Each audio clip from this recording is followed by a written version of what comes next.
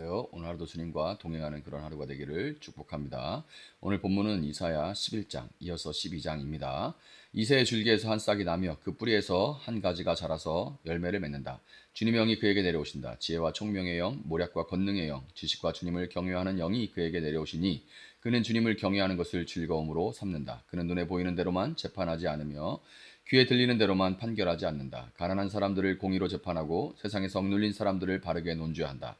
그가 하는 말은 몽둥이가 되어 잔인한 자를 치고 그가 내리는 선고는 사악한 자를 사형에 처한다. 그는 정의로 허리를 동여매고 성실로 그의 몸에 띠를 삼는다. 그때에는 이리가 어린 양과 함께 살며 표범이 새끼 염소와 함께 누우며 송아지와 새끼 사자와 살찐 짐승이 함께 풀을 뜯고 어린아이가 그것들을 이끌고 다닌다. 암소와 곰이 서로 버치되며 그것들의 새끼가 함께 눕고 사자가 소처럼 풀을 먹는다. 젖먹는 아이가 독사의 구멍 곁에서 장난하고 젖된 아이가 살무사의 굴에 손을 넣는다. 나의 거룩한 산 모든 곳에서 서로 해치거나 파괴하는 일이 없다. 물이 바다를 채우듯 주님을 아는 지식이 땅에 가득하기 때문이다. 그날이 오면 이새의 뿌리에서 한 싹이 나서 만민의 깃발로 세워질 것이며 민족들이 그를 찾아 모여들어서 그가 있는 곳이 영광스럽게 될 것이다. 그날이 오면 주님께서 다시 손을 펴시어서 그의 남은 백성들 곧 아시리아와 하 이집트와 상 이집트와 에티오피아와 엘람과 바빌로니아와 하맛과 바닷섬들에서 남은 사람들을 자기의 소유로 삼으실 것이다. 주님께서 문 나라가 볼 수 있도록 깃발을 세우시고 쫓겨난 이스라엘 사람들이 그 깃발을 보고 찾아오게 하시며 흩어진 유다 사람들이 땅의 사방에서 그 깃발을 찾아오도록 하실 것이다. 그때에는 에브라임의 증오가 사라지고 유다의 적개심이 없어질 것이니 에브라임이 유다를 증오하지 않고 유다도 에브라임에게 적개심을 품지 않을 것이다. 그들이 서쪽으로는 블레셋을 공격하고 함께 동쪽 백성을 약탈하며 에돔과 모압을 장악할 것이다. 암몬 사람들도 굴복시킬 것이다. 주님께서 이집트 바다의 큰 물고기를 말리시고 뜨거운 바람을 일으켜서 유프라테스 강물을 말리실 것이다. 주님께서 그것을 쳐서 7개월을 만드실 것이다. 만드실 것이니 누구나 신을 신고 건널 수 있을 것이다.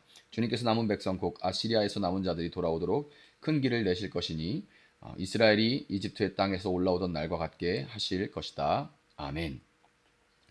자, 이사야서는 오늘 본문 11장과 또 12장에 이르기까지 심판과 구원의 메시지가 계속해서 반복 교차됩니다. 마치 파도처럼 한번 밀려오는 심판 뒤에 구원의 약속이 다시 들려오는 것인데 이런 구조를 통해서 이런 반복 교차 구조를 통해서 강조하고자 하는 핵심은 이 세상의 모든 죄악과 깨어짐을 회복하기 위해 오셔야만 하는 한 분, 바로 메시아 예수 그리스도, 그분을 바라보도록 하는 거예요. 심판과 구원, 심판과 구원. 그래서 이 세상의 모든 죄악과 깨어짐을 이 무한 반복을 깨뜨리기 위하여 오셔야만 했던 분, 바로 메시아 예수 그리스도를 소망하고 바라보게 하는 겁니다. 본문 1절은 이렇게 말하죠. 이새의 줄기에서 한 싹이 나며 그 뿌리에서 한 가지가 나서 열매를 맺는다. 이새는 다윗의 아버지고 하나님은 일찍이 다윗의 왕위를 영원토록 견고히 하시겠다는 언약을 맺으셨습니다. 다윗의 언약이죠. 그렇지만 이사야 당시 다윗의 후손들과 그들이 다스리는 나라는 범죄로 인해 하나님의 심판 아래 놓여 있는 절망적인 상태, 마치 끊어진 가지와 같은 그런 상태였습니다. 하지만 바로 그 자리, 끊어진 것 같이 보이는 그 자리에서 하나님의 새로운 일은 시작되고 있습니다. 이것이 바로 기쁨의 소식, 소망의 소식, 복음이죠. 하나님은 끊어졌다고 여긴 자리에서 생명이 자라고 죽은 것 같던 가지에서 새로운 결실이 맺히게 하는 분이다라는 그 소식, 바로 복음의 소식입니다. 하나님의 새로운 일에 대한 이 예언은 예수님의 탄생으로 성취가 되었고 메시아 예수 그리스도를 통해 예언된 공의와 평화의 하나님 나라가 시작이 되었습니다.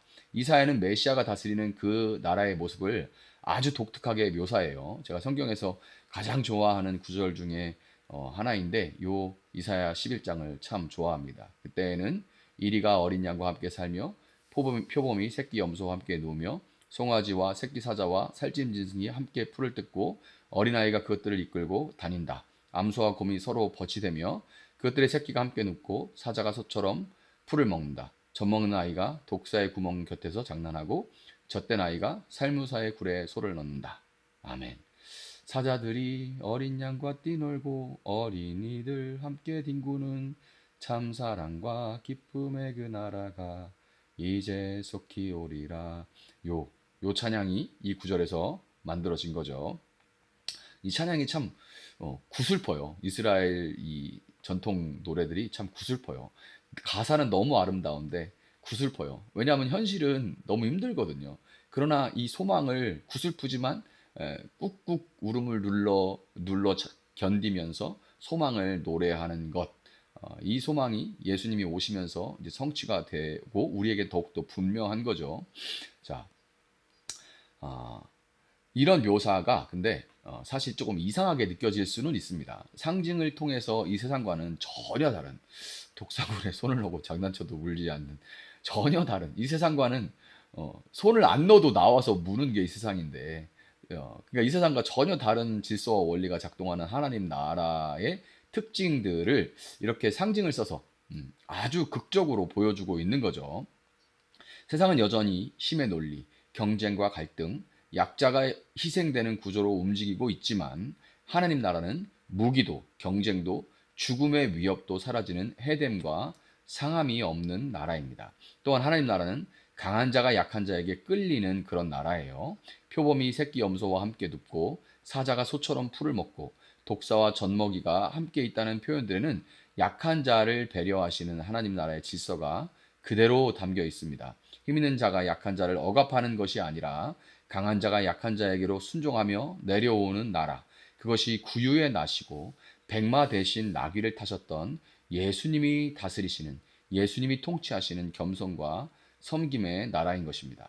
10절에 그날이 오면 이새의 뿌리에서 한 싹이 나서 만민의 깃발로 세워질 것이며 민족들이 그를 찾아 모여들어서 그가 있는 곳이 영광스럽게 될 것이다. 아멘. 여기서 그날은 예수님이 처음 오신 그 처음 오신 초림이죠. 초림을 가리킵니다. 구약에는 초림과 재림의 구분이 명확하지 않아요. 어, 그래서 예수님이 이 땅에 오시고 그분의 십자가의 사역을 보면서 우리는 메시아가 오심으로 세상 나라의 멸망과 온전한 하나님 나라의 성취가 예수님이 다시 오시는 재림의 날까지 유예됐다는 사실을 알게 됩니다. 우린 예수님이 오시고 나서야 그것을 알 수가 있는 거예요.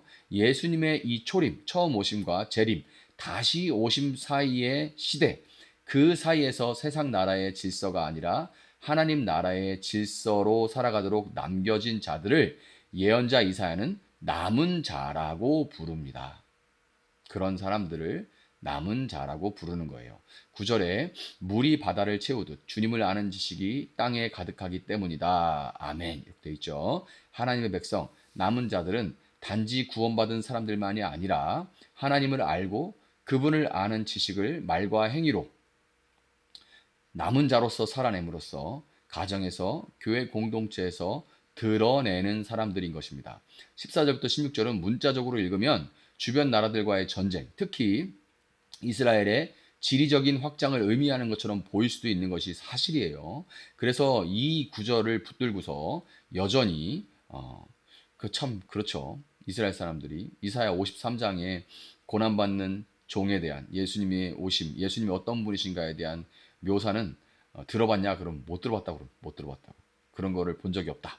그렇게 얘기를 합니다. 인터뷰하는 장면을 보면 이거는 예수를 얘기하는 것 같은데 전에 들어본 적 있나요? 그럼 못 들어봤다. 이렇게 얘기합니다. 그런데 기가 막히게 오늘 본문의 이 14절부터 16절을 읽으면서 그 이스라엘 주변 국가들을 물리적으로 그렇게 전쟁을 일으키고 공격하고 하는 것들에 대해서 근거 구절로 삼는 경우가 참 많아요. 그러니까 그러고서 또 이 구절을 가지고서 또 제대로 알지 못하는 사람들이 이 구절을 가지고 이 구절의 프레임으로 중동 문제를 막 해석하면서 극단적인 정치적 해석으로 다 싹 이거 아주 그냥 이슬람 믿는 것들은 아주 싹 다 그냥 다 멸해야 돼. 성경에도 이렇게 돼 있잖아.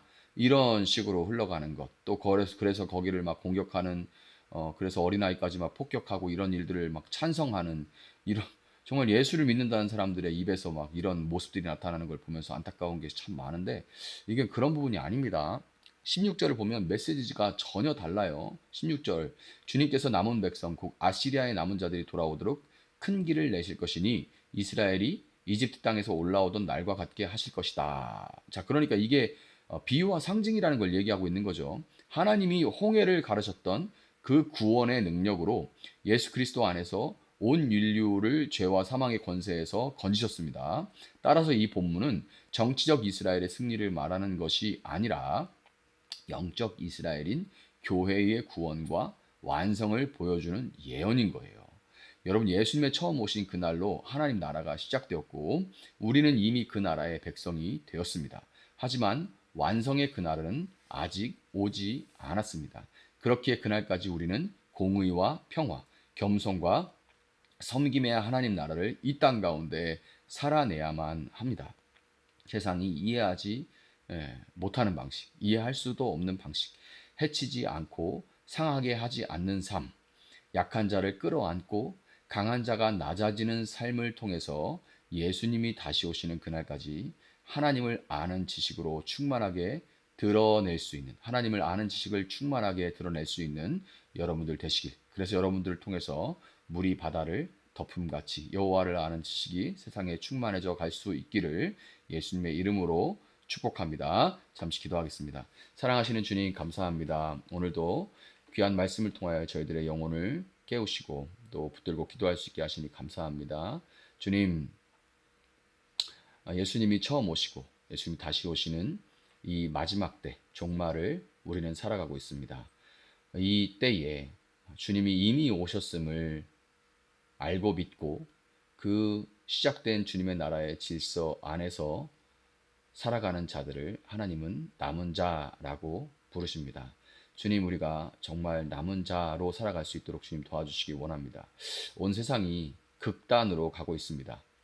특별히 힘이 있는 나라와 또 정치 지도자들이 극단으로 치달으면서 좋든 싫든 극단의 길을 따라가고 있는 세계적인 추세입니다.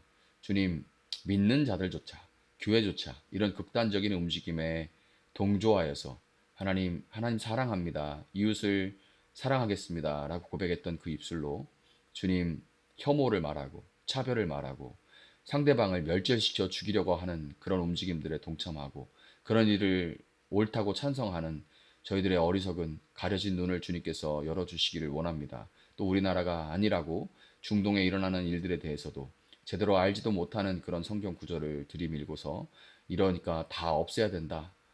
그런 무서운 무시무시한 말들, 하나님의 뜻이 전혀 아닌 말들을 성경을 들어서 찬동하고 있는 이런 안타까운 현실 가운데 주님, 우리가 분별할 수 있도록 깨어 분별하게 하시고 남은 자의 삶이 하나님 나라의 질서를 살아내는 그 삶이 우리를 통하여 우리의 말과 행동을 통하여서 우리의 낮아짐과 공격하지 않음과 주님 힘이 있을수록 더 약한 자를 섬기는 사자도 풀을 먹고 독사가 어린 독사굴에 손을 넣어도 물지 않고 어린이와 함께 뒹구는 정말 그런 평화의 나라를 꿈꾸며 살아낼 수 있는 저희들 되어질 수 있도록 주님 도와주시기 원합니다. 현실은 그렇지 않은 것이 사실이고 사실 이런 얘기들을 하는 것 자체가 나이브하고 어리석은 자로 보일 수도 있습니다. 그러나 하나님, 예수님은 기꺼이 십자가에 달려 죽으셨지만 하나님은 죽으신 예수님을 살리심으로 예수의 길이 옳다는 것을 말씀하셨고 예수를 따를 때 죽은 것 같이 보이나 영원한 생명이 있음을 온 세상에 웅변하셨습니다. 주님, 우리는 그 예수를 따라가는 자들입니다. 주님, 우리가 예수님께서 먼저 가신 그 십자가의 길, 평화의 길, 좁은 길 걸어갈 수 있도록 주님 도와주시기를 원합니다. 세상의 미움으로 극단으로 치달을수록 더욱더 포용하고 더욱더 양보하고 더욱더 기도하고 더욱더 사랑하고 더욱더 섬기며 나아갈 수 있는 저희들 되어질 수 있도록 주님 함께하여 주시옵소서. 감사합니다. 주님, 예수님의 이름으로 기도합니다. 아멘. 오늘 주신 말씀 붙들고 계속해서 기도합니다.